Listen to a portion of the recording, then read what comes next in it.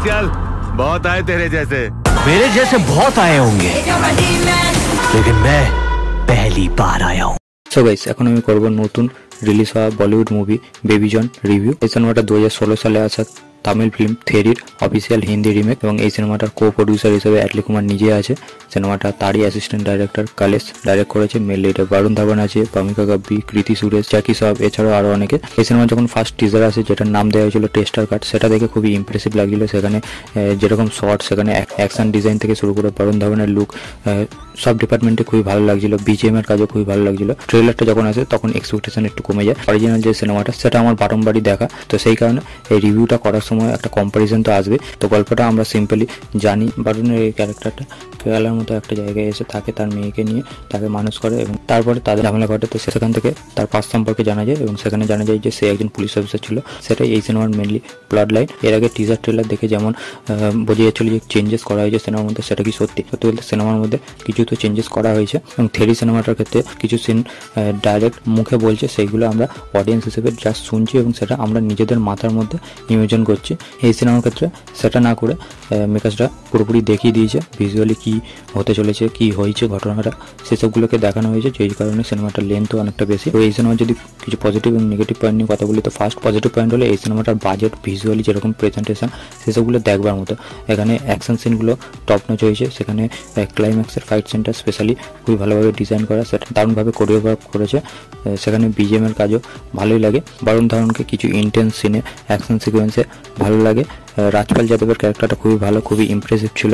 তাছাড়া বাচ্চা মেয়েটার যে কাজ সে ঠিকঠাক করেছে। কৃতি সুরেশকে আমার খুব একটা ভালো লাগেনি, তাকে প্রিভিয়াস অনেক সিনেমায় ভালো কাজ করতে দেখা গেছে, তো এখানে তার কাজ করার মতো কিছু ছিল না এবং সে পুরোপুরি সামন্তার মতো করার চেষ্টা করেছে এবং সেটা ফুটে আসেনি। জ্যাকি শ্রফকে দারুণভাবে প্রেজেন্ট করা হয়েছে। শুরুতে তার যেরকম ইন্ট্রোডাকশন, সেই সবগুলো থেরি সিনেমাটার তুলনায় আলাদা একটা ক্যারেক্টার তৈরি করে, কিন্তু শেষে গিয়ে সেই একই রকম হয়ে যায়। এবং সিনেমাটা যেহেতু অরিজিনাল গল্পটা খুবই ভালো, তো সেই কারণে কিছু কিছু সিন এলিভেট করে, দেখতে ভালো লাগে, বোর করে না। এবার যদি এই সিনেমাটা মাইনাস পয়েন্ট নিয়ে বলি, তো ফার্স্ট হলো এই সিনেমাটা 2016 সালে আসা সিনেমার রিমেক করছে এবং 8 বছর হয়ে গেছে এবং সেই সিনেমাটা ইউটিউবে অ্যাভেলেবেল আছে, টেলিভিশনে প্রচুর বার দেয় এবং অডিয়েন্স দেখে দেখে বোর হয়ে গেছে এবং আমার খুবই ফেভারিট সিনেমা বিজয়ের।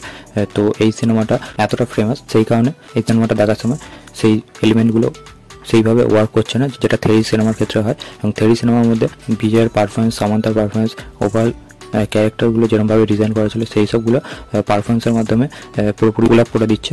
সেখানে বিজয়ের শুরুতে তার বাচ্চা মেয়ের সাথে যে বন্ডিংটা, সেটা যেরকমভাবে ফুটে আসে, সেসবগুলো সত্যি বলতে অ্যাটমসফিয়ার তৈরি করে। তার যখন ব্যাক স্টোরিটা আছে সেটা খুবই স্ট্রং ফিল করায়, সেসবগুলো খুবই ভালোভাবে অ্যাডলি দেখিয়েছিল।